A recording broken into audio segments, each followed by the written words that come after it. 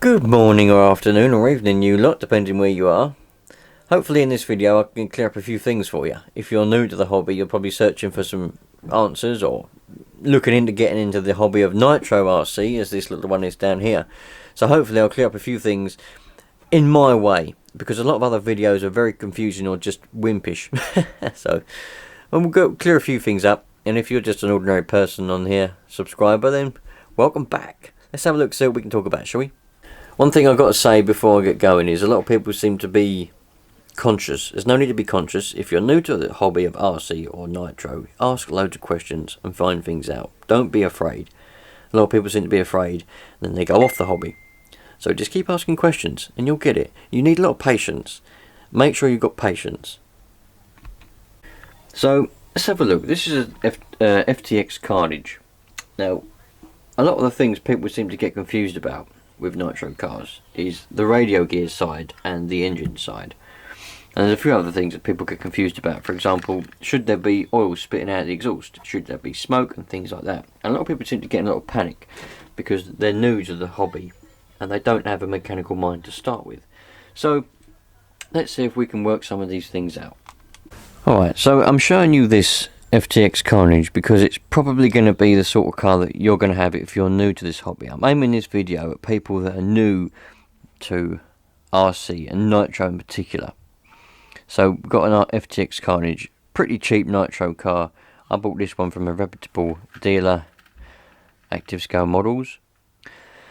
So the radio gear side of things and the engine are they're not connected at all, apart from through a throttle linkage. So you've got your throttle linkage, there's your servo, you've got your radio gear in here, you've got a servo which is connected by a wire obviously, and then you've got your brakes and you've got your throttle, right? That's the only way the radio gear is linked, okay? This is your transmitter, and your receiver is in here with your aerial. So a lot of people seem to be confused. They seem to think that you have to have the receiver on. We'll turn that off because you don't. And turn the transmitter off. They seem to think you have to have the receiver on in order to start up the engine. Not at all. You can start the engine up without the radio gear on at all. All you have to remember is to make sure that you've got your throttle closed.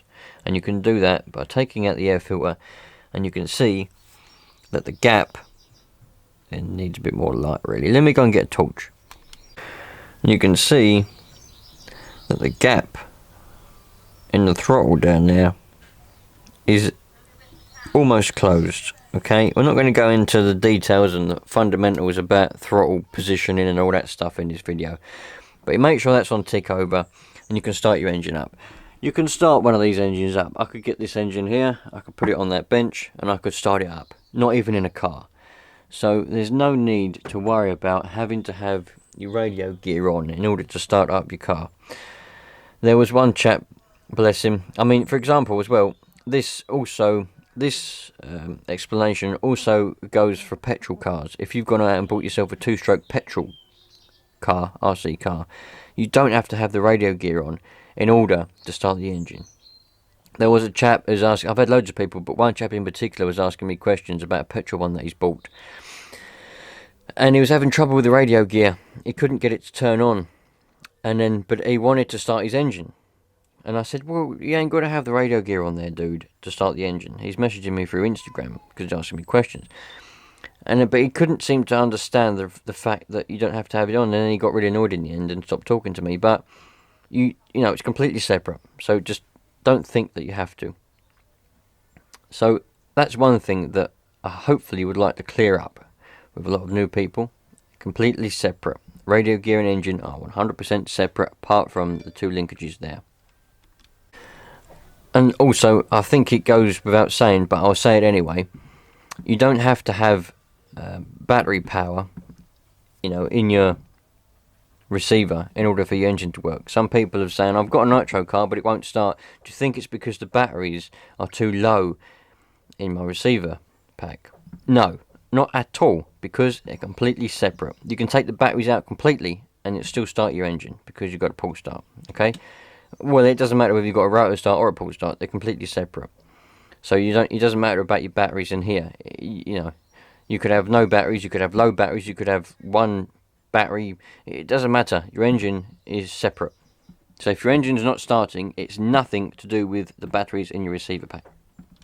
So something else that a lot of people that are new to Nitro, and also two-stroke petrol, okay, this also applies to both, is they get a bit worried when they're running their car and there's a lot of oil spitting out.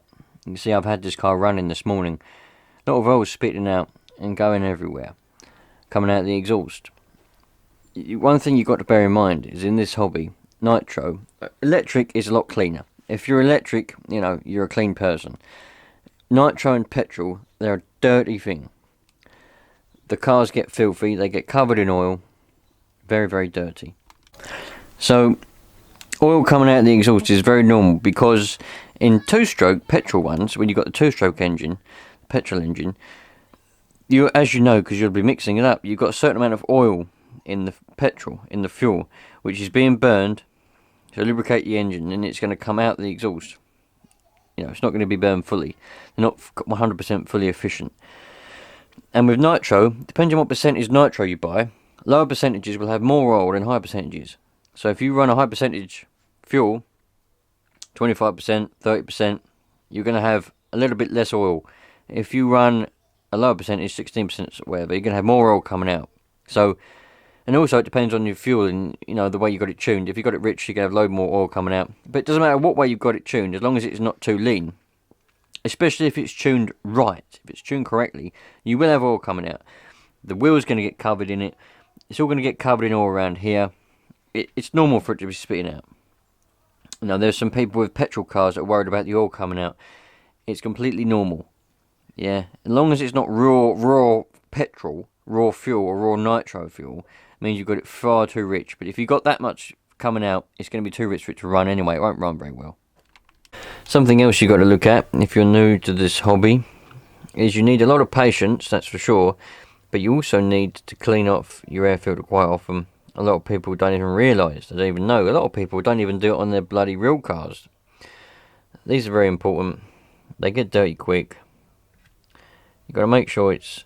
Look, this one's even got dirt on the inside of it. Because, I don't know, just got dirt on the inside somehow. Don't really know how that got in there. Perhaps it's not filtering very well. But you've got to make sure you clean it.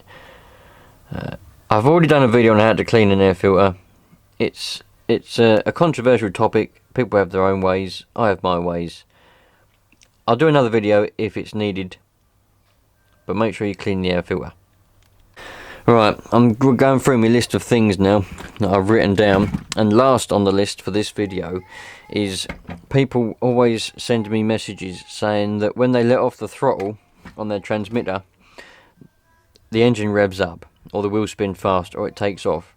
You need to look at a few things. It could be one of many things, or maybe a couple of things in one go. The first thing to start with is your transmitter. Make sure that you've got your throttle trim, which is labelled on certain transmitters with TH.trim, which is a bloody thing. This one, TH trim.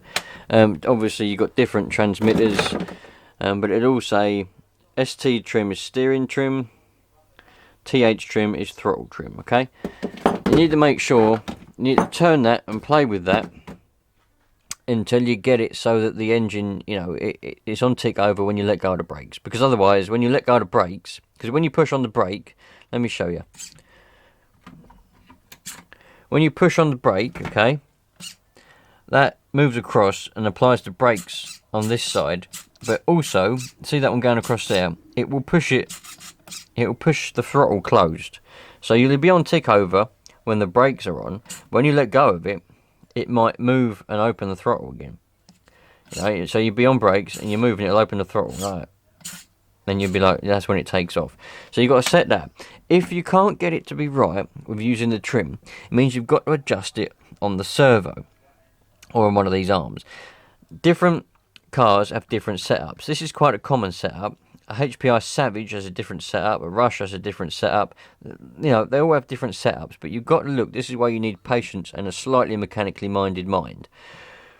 So you need to adjust it in such a way that you play with the trim and you play with these so that you get it, and you can also twist that there as well and pop that off and twist it. And your brakes, that's why they've got little Allen screws adjustments, and it's got a spring there. You just got to undo those and play with it so that when you're on the brakes, the throttle doesn't move, and when you let off the brakes, the throttle doesn't move. You don't want the throttle to move, okay? Full throttle, you got to make sure as well that you get full throttle, because some people, and sometimes when you buy a brand new car, it will come ready for breaking in, or they just haven't set it up properly, and you won't have full throttle.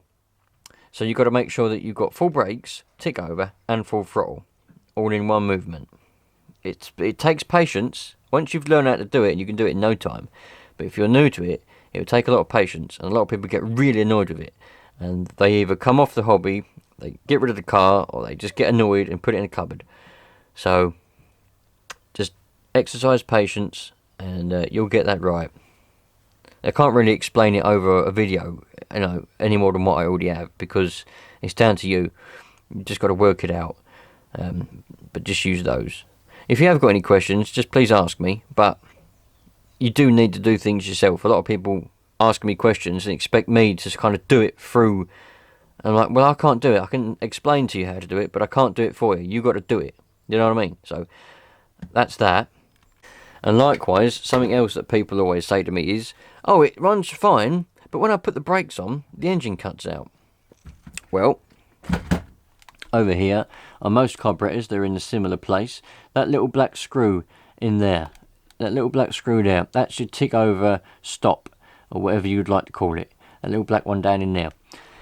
So, the more you turn that inwards, the more it will open the throttle, and the higher the tick over will be. The more you turn it outwards, anti-clockwise, the lower the tick over will be, and you'll probably have no tick over. That's where your problem is.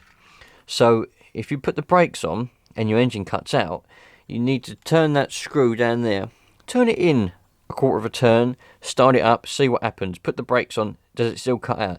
Another quarter of a turn, and do the same until you get it set just right. How do you know when it's just right? I'm hearing some of you asking. Well, that's another video in itself, but just generally, it also depends on your tuning. This is what I mean. These nitro engines, they take a lot of patience for someone who's new and doesn't understand. You need to get it so that it ticks over fast enough that it stays running. When you rev it and you put the brakes on, you want it to come down to tick over, and you want to be able to go from tick over to full throttle, and it won't judder or cut out. That's when you know. If your tick over's too low, it can be ticking over. You go full throttle and it will cut out. And if you've got it too high, obviously it will be trying to move by itself when you're not doing anything. It's something you've got to work out by yourselves, I'm afraid. Nitro RC in itself, but Nitro in particular, is something that you need to work things out yourself, really. It's all down to trial and error. So hopefully that's helped some of you lot. Like I said, it is down to trial and error. Nitro, they just don't understand it, and I feel really bad for some people, because I get messages and oh, I've bought this car, I bought this Nitro car, I can't get it to start, or it runs but not very well, and this and that. And I tried to help them by giving them the information, but the problem is, it's down to you. You need the patience, and sometimes you just can't do things because there might be a fault with the car, but you don't know there's a problem because you don't have enough knowledge. But 18 years of playing with nitro cars tells me when things are wrong, but you might not have. So yeah, I can understand that, but you must understand that you do need to work things out for yourself. That's one thing. Be prepared. If you're watching this video because you're thinking of getting into nitro from scratch, you've not had any experience of RC, go for it, but be prepared that things do go wrong. There's so many different technicalities, so many things that can make the smallest thing can make the car run crap, and you've got to work it out to find out what it is. That's part of the fun of the hobby. having fun, you know, driving around, but part of the fun of it is troubleshooting and finding out what the problem is with the car. That is the fun of it. So I hope this helps some of you lot. I'm trying to make it not boring. Hopefully I've helped you. Any questions, put them in the comments. Any videos you want made, put them in the comments. Catch you on the next one, dudes. Take care. Enjoy your RC cars.